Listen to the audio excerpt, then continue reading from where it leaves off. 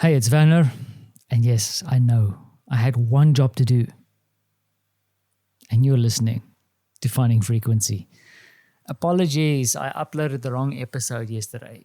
And it's funny how these things work because I was struggling. I use software, as you know, because you're using software to listen to this.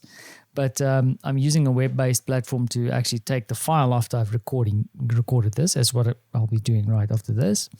And then I load it into this kind of website that then makes it available to you.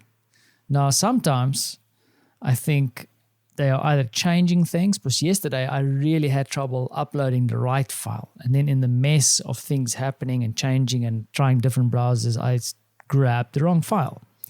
Now, I started thinking about why does this happen to me? And I think the reason I'm picking up on some of these little quirks in their software is the fact that I'm uploading a file every day. So every single day, I'm on their platform uploading a file. And this has happened to me a few times before where I see little quirks. And maybe there's a lesson in it. It's like as you go through this idea of little kind of cadence things happening and you're doing things regularly and you're showing up, you get to see things, you get to see patterns, you get to notice things that are out of the ordinary. And I think that is practice. That's what you call it, practicing. I'm not entirely sure what I'm practicing for at the moment with all these files being uploaded and all these recordings, but I'm finding it rewarding to talk to you every day. So here I am. Sometimes I make a mistake, and it's happened a few times. But what can you do? You have to go back and you just fix it. Don't stress too much about it.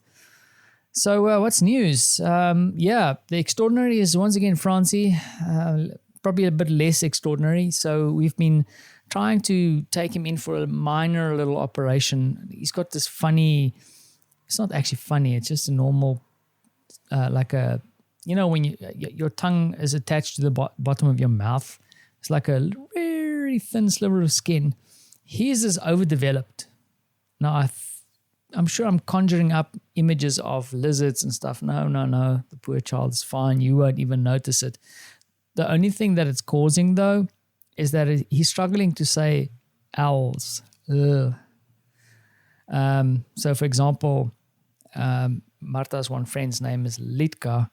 He can't say it. He says Itka. And then we don't know what he's talking about. He gets frustrated. And then there's head slaps being dished out by Frantzi all over the place. Now, we are trying to take him in to have this little tongue thing cut. But that is not so easy, people. Every time he walks into a dentist, he freaks out.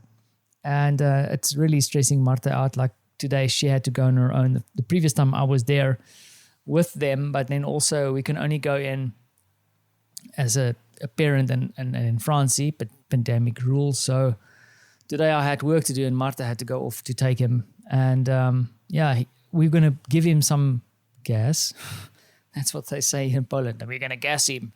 No, they were going to try to use some of the laughing gas on him to see if that would help. He didn't even want to go into the place. And I don't know, now they're talking about anesthesia, putting him under. I'm not too excited about that, to be honest. And the thing that I'm thinking is that it's not a major life-changing thing, and we need to give him a bit more time. And as I said many times here in the podcast before, is that time remedies many things. Sometimes I overplay time. I take too long. That's one of my weaknesses. But I am patient. And I think that if we give him a chance to get used to the idea, because I think he's going through something at the moment, little rebel here in our house. And it's not that bad. It's just we're noticing a change in his behavior. So, let's see how this develops and how we can help him, maybe with our own things that we have to do to make him feel comfortable and secure. So that's something that we're thinking about. The other thing that I want to talk to you about too is I'm a bit worried about my son. I think he's a kleptomaniac. I mustn't make fun of these kind of things because there are people who really suffer from this.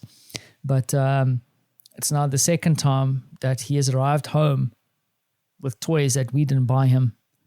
And it's so strange how he does this, because like yesterday he was sitting at the table and he's got extra zings. And he said he kind of like produces them from his pocket. And I can see it's not his. And he has found them. He has found them.